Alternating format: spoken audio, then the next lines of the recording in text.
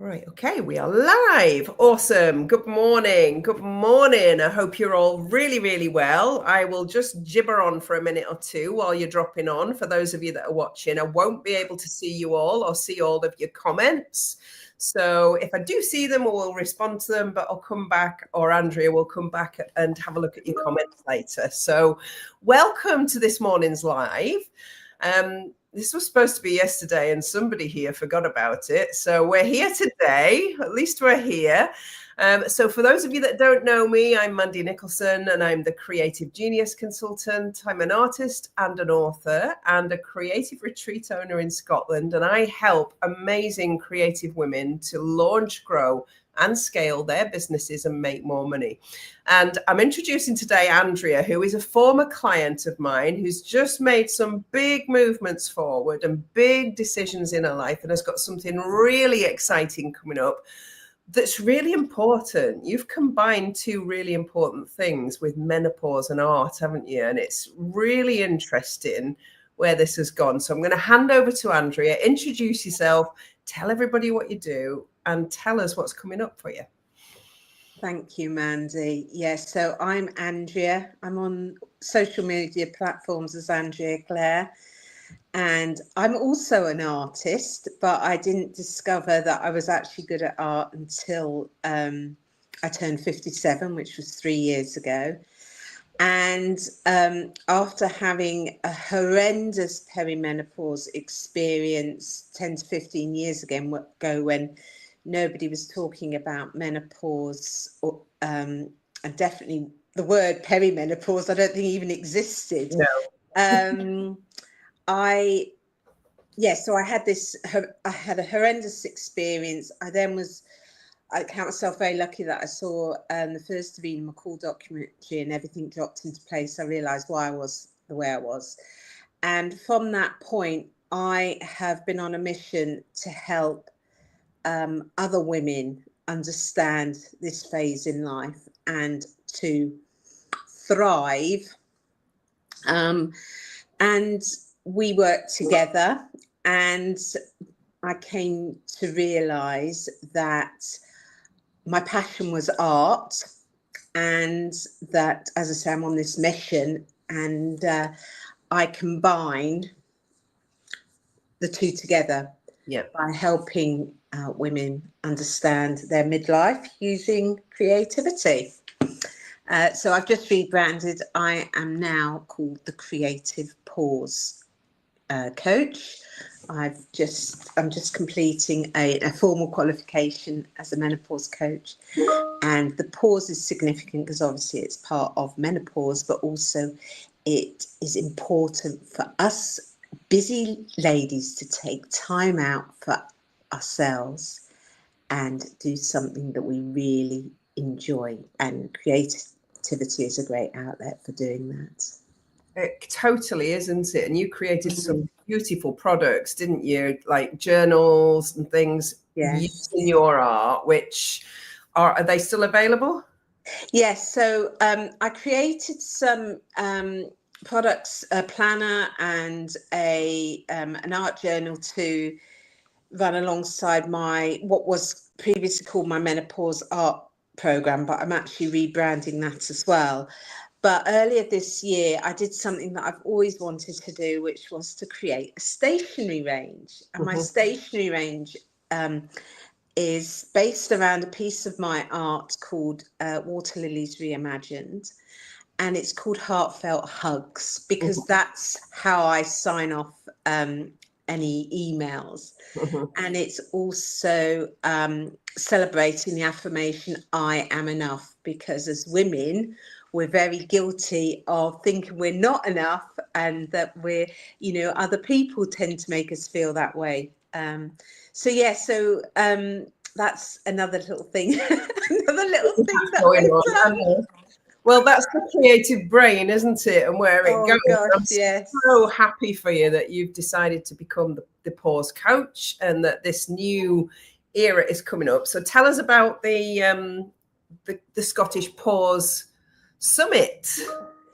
Yeah, so again, at the beginning of this year, having done some research, I identified that we didn't have a big menopause event in Scotland. There's a massive one down in London, which is a bit like the ideal home show for menopause.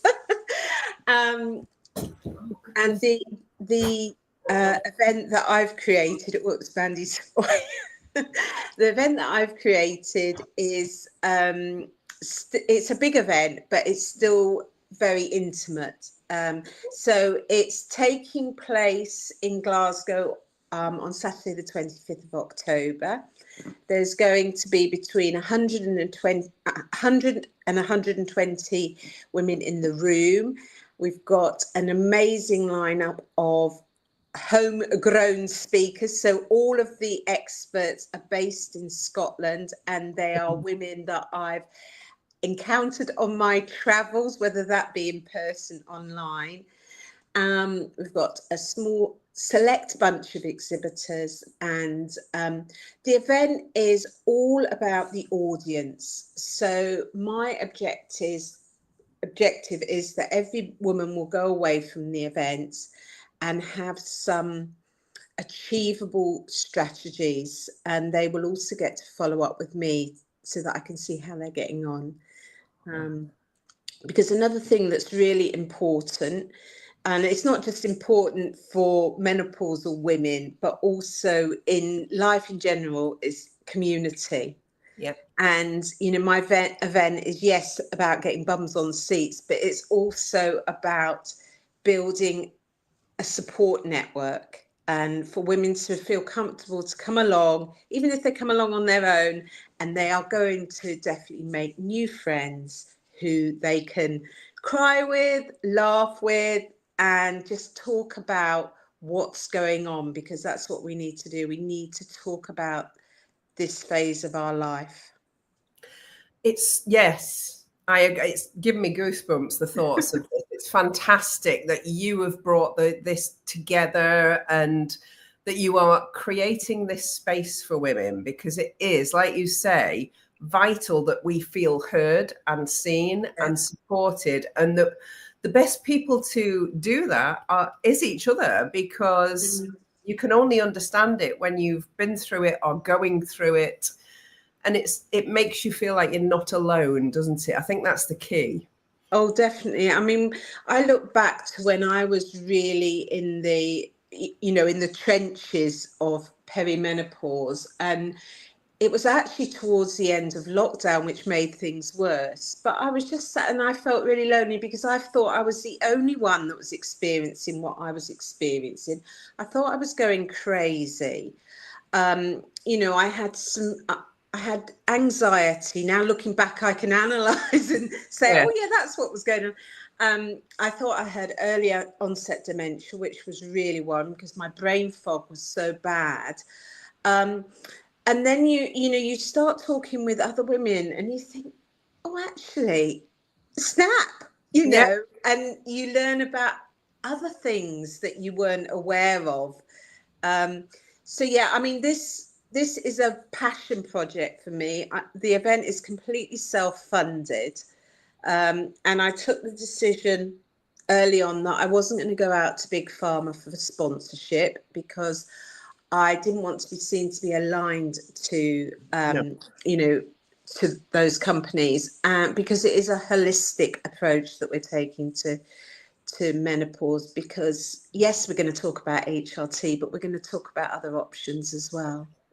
That's good, because you need the advice, because I remember going to the doctors in menopause saying, what's wrong with me? And they just didn't know what to do for me. They didn't really, we could do this, we could, I couldn't have HRT because I'd had breast cancer. Right. And then you can't even have some of the holistic things that are available, but nobody then fills the gaps in for you. You can be down a wormhole online trying to find out what you don't know, but you don't know what you don't know. Yeah, and I mean, there's just a plethora of information out there now. There's conflicting information, and as with anything, there's incorrect information out there.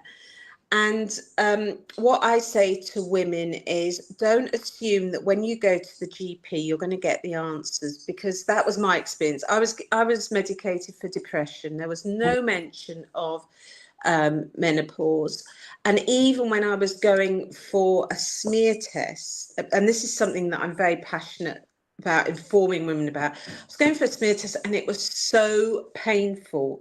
Nobody said to me, oh, that's because everything dries out down below and you're, because you're in menopause. Yeah.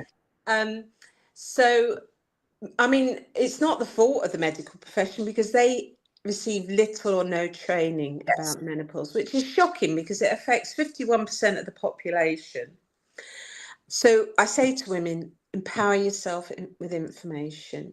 Identify what's going on in your body, so that when you go to the doctor, if that's the route you're taking, you can say, right, there's this, and this happening, and this is what the route that I would like to take. I think, historically, we've kind of seen the medical profession as being the oracle.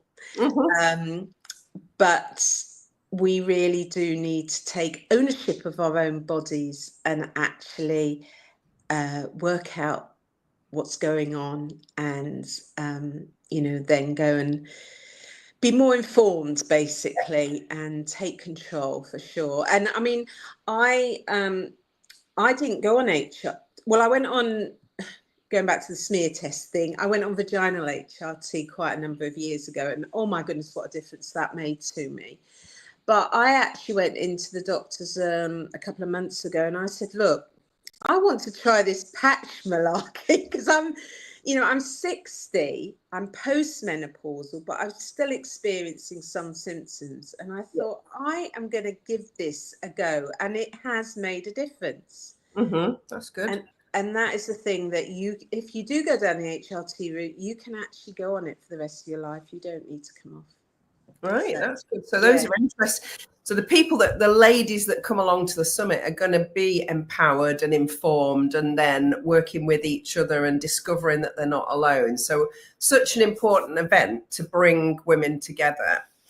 So talk about your art, Andrea, and how that helped you navigate a bit. So my story with art is, I suppose it's one that can be quite a common story. I didn't do art at school, but my mum taught me lots of creative things, and she encouraged me to be creative. Thank goodness. I'm so pleased, for that. So I can knit, I can sew, I can dressmake.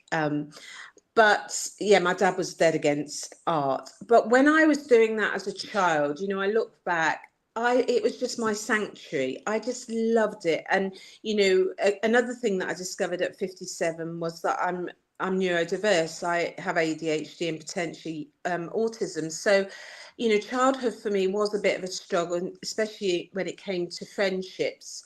But art was my friend, and I just loved creating. So over the years I've done bits and bobs, but other things got in the way, like a career. Absolutely. And then obviously children, although I used to love doing creative things with the kids when they were younger. And then when I turned, it was about 57, it was 2022. I mean, that was kind of a pivotal year as well. I discovered I was really good at painting pets with watercolors. And I get so much joy, and just the relaxation it gives me, and then the joy it brings other people. So art is a massive part of my life now, and creativity, because it's just so good for the soul. And it brings other people pleasure, which brings me pleasure in turn. But I do mandala. I draw mandalas from scratch, and just when you're sitting concentrating on creating something, you just completely switch off from all the noise. And it's so good for your mental health. So, and I say to, the women that I work with, it's not about what you produce, it's the process. Yes, totally.